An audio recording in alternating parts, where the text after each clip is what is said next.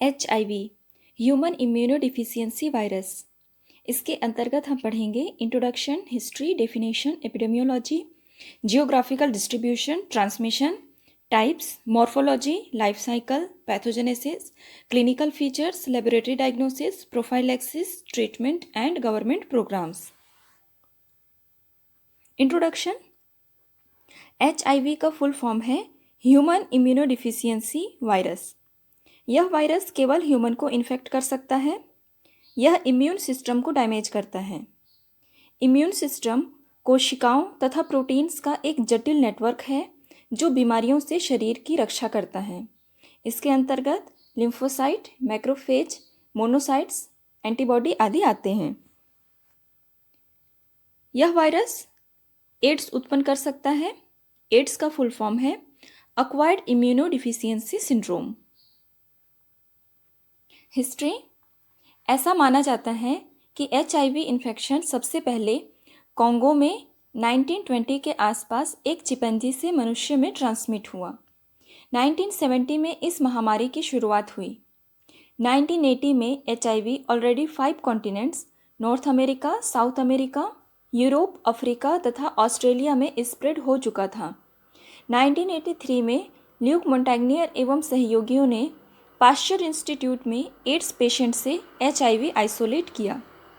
1986 में international committee on the taxonomy of viruses द्वारा ads उत्पन्न करने वाले वायरस का नाम ह्यूमन इम्यूनोडिफिशियंसी वायरस रखा गया।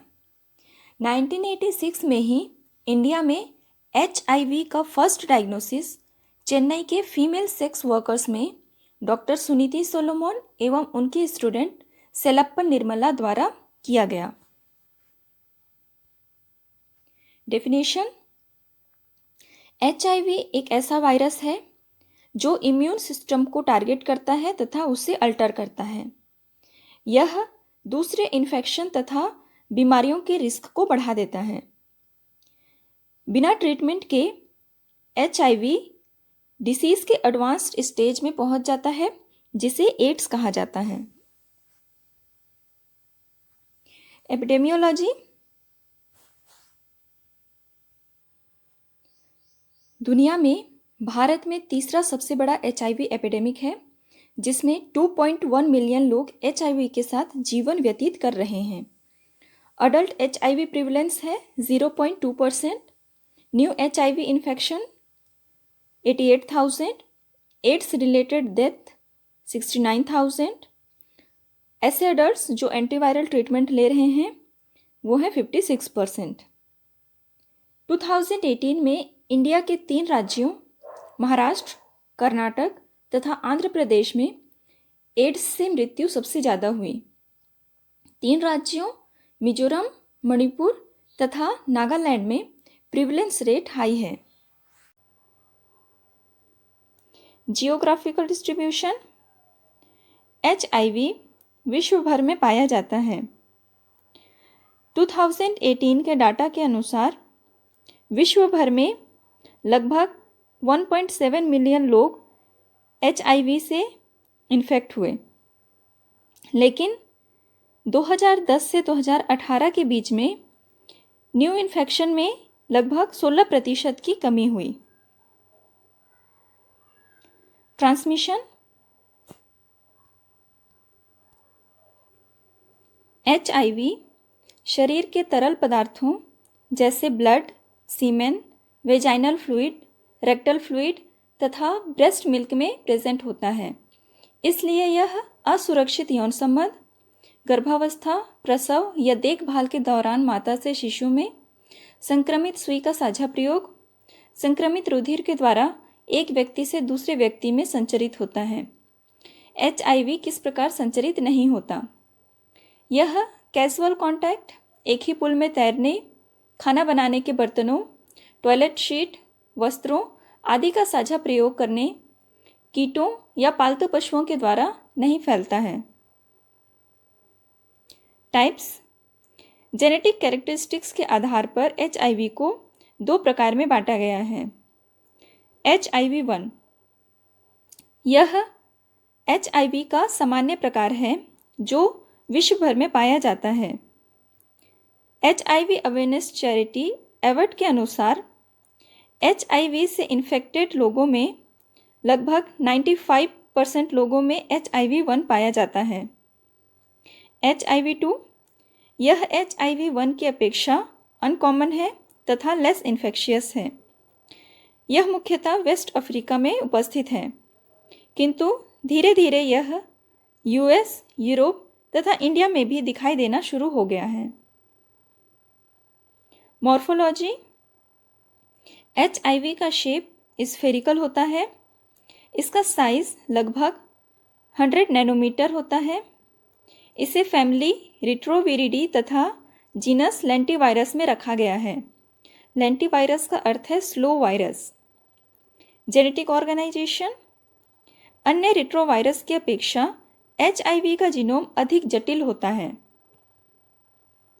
जेनेटिक ऑर्गेनाइजेशन, इसमें 5 प्राइम तथा 3 प्राइम एंड में LTR प्रेजेंट होता है। इसमें 3 रिट्रोवायरल जीन प्रेजेंट होते हैं, GAG, POL तथा ENV। इसके अलावा HIV में 6 एडिशनल जीन प्रेजेंट होते हैं। LTR long terminal repeats.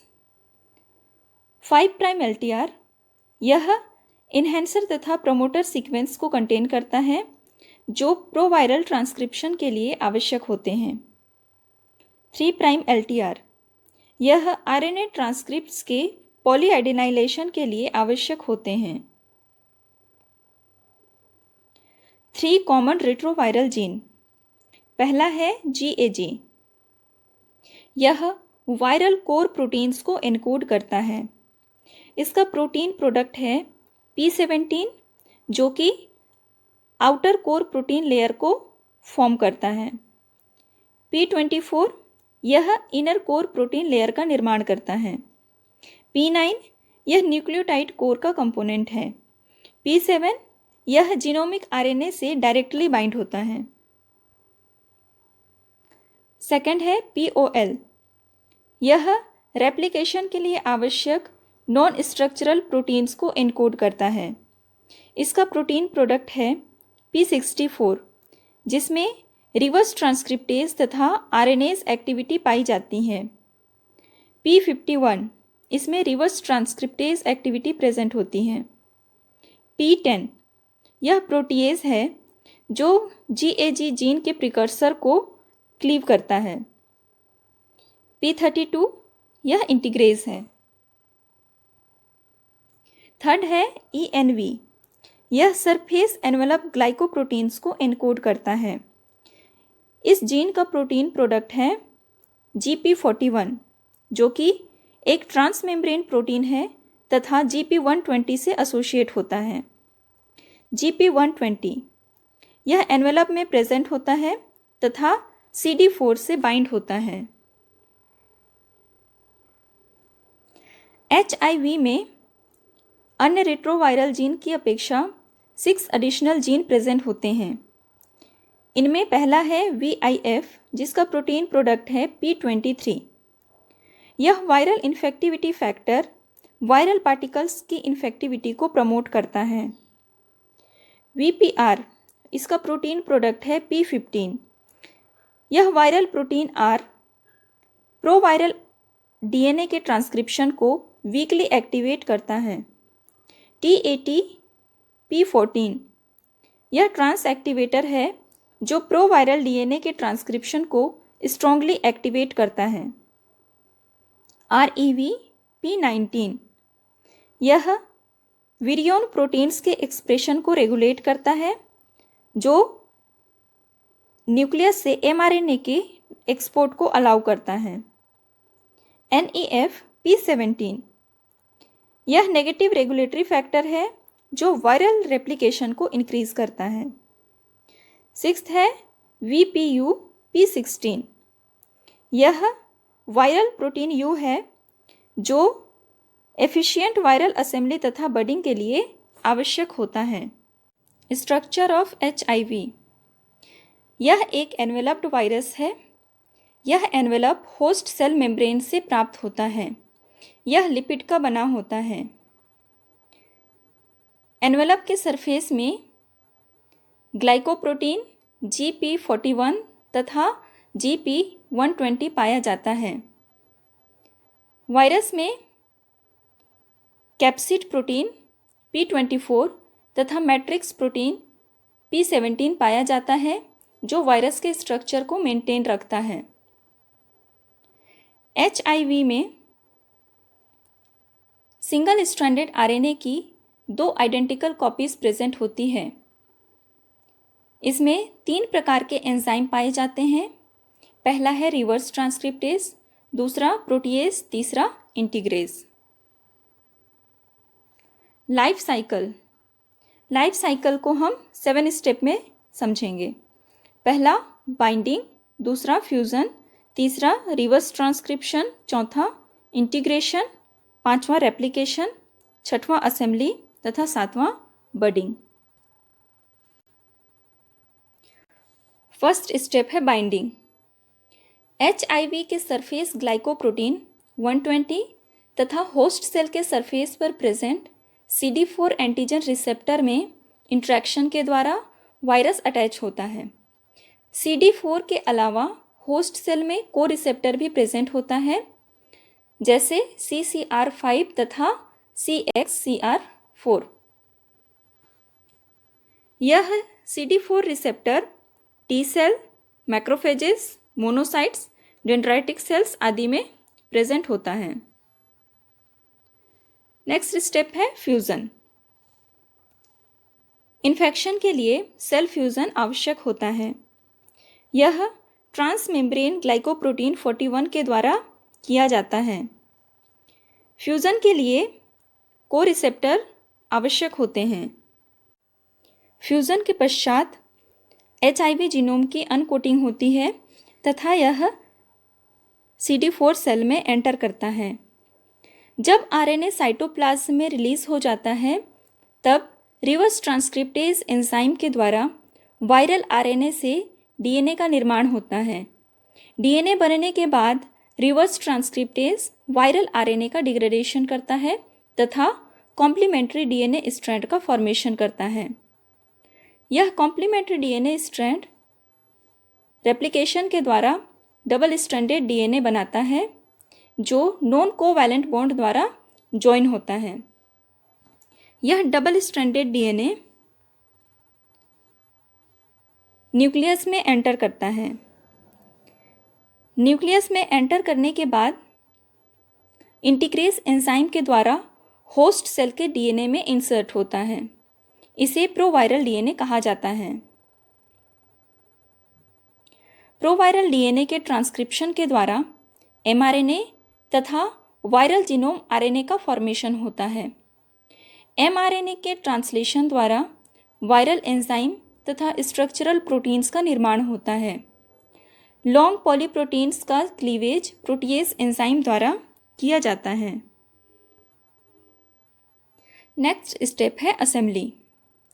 GP41 तथा GP120 होस्ट सेल मेम्ब्रेन में इंसर्ट होते हैं। स्ट्रक्चरल प्रोटीन्स द्वारा कैप्सिड तथा मैट्रिक्स का निर्माण होता है, जिसमें वायरल RNA की 2 आइडेंटिकल कॉपीज प्रेजेंट होती हैं। ये सभी मॉडिफाइड मेम्ब्रेन के नीचे असेंबल होते हैं। नेक्स्ट स्टेप है budding. HIV modified host plasma membrane को एनवेलप के रूप में प्राप्त करता है तथा इस प्रक्रिया को बडिंग कहते हैं। बडिंग के पश्चात newly synthesised virion host cell से रिलीज हो जाते हैं एवं मैच्योरेशन के पश्चात अन्य सेल्स को इन्फेक्ट करते हैं। HIV infection. इसका इन्फेक्शन 3 स्टेज में होता है। पहला है एक्यूट HIV इन्फेक्शन। यह 2 से 6 हफ्तों के बीच होता है, जिसमें लक्षण हैं headache, fatigue, aching muscles, sore throat, swollen lymph nodes, a red rash on torso, fever, etc. Second stage है clinical latency symptoms. Asymptomatic period या क्रोनिक HIV इन्फेक्शन। इस स्टेज में वायरस का रेप्लिकेशन बहुत ही स्लो होता है तथा इसमें कोई भी लक्षण दिखाई नहीं देते हैं। यह अवस्था 8 से 10 साल तक रह सकती है। यदि HIV को ट्रीट नहीं किया गया तो यह CD4 सेल को किल कर देता है तथा इम्यून सिस्टम को वीक कर देता है। सेकेंड स्टेज के बाद अंतिम स्टेज है एड्स सिम्टम्स, जिसमें CD4 T सेल का नंबर 200 पर क्यूबिक मिलीमीटर से कम हो जाता है। इम्यून सिस्टम बैडली डैमेज्ड होते हैं एवं अपॉर्चुनिस्टिक इन्फेक्शंस जैसे Kaposi's sarcoma, tuberculosis, pneumocystis, pneumonia आदि होने लगता है। एड्स में क्लिनिकल फीचर्स हैं टायर्डनेस, लिम्फ नोड का फूलना, fever, night sweats, weight loss, purplish spots on skin, shortness of breath, severe long lasting diarrhoea, yeast infection in mouth, throat और vagina. Laboratory diagnosis. HIV के diagnosis के लिए blood sample लिया जाता है। इसमें पहला है सीरोलॉजिकल टेस्ट। एंटीजन या एंटीबॉडी के डिटेक्शन के लिए एलाइजा का उपयोग किया जाता है। इन्फेक्शन के 2 से 6 हफ्तों के अंदर ब्लड में एंटीजन डिटेक्ट किया जा सकता है, क्योंकि इस समय वायरस का मल्टीप्लिकेशन हाई होता है, जिसके बाद वायरस का लेवल कम हो जाता है। इसके बाद anti-HIV एंटीबॉडी डिटेक्ट किया जा सकता है। इन्फेक्शन के बाद CD4 T सेल्स का कॉन्सेंट्रेशन भी धीरे धीरे डिक्रीज होने लगता है। वेस्टर्न ब्लॉट टेस्ट, यह HIV इन्फेक्शन का कन्फर्मेटरी डायग्नोसिस है। यह हाईली स्पेसिफिक ब्लॉट है। न्यूक्लिक एसिड टेस्ट, इसमें PCR टेक्निक का उपयोग किया जाता है। PCR टारगेट DNA को एम्प्लीफाई करता है। यह एंटीबॉडी एब्सेंट होने पर यूज़फुल होता है। न्यूक्लिक एसिड टेस्ट के लिए RT-PCR टेक्निक यूज़ किया जाता है। RT-PCR का पूरा नाम है reverse transcription polymerase chain reaction. यह इन विट्रो मेथड है जो कि सेंसिटिव होता है। यह मेडिकल साइंस में क्रूशियल रोल प्ले करता है।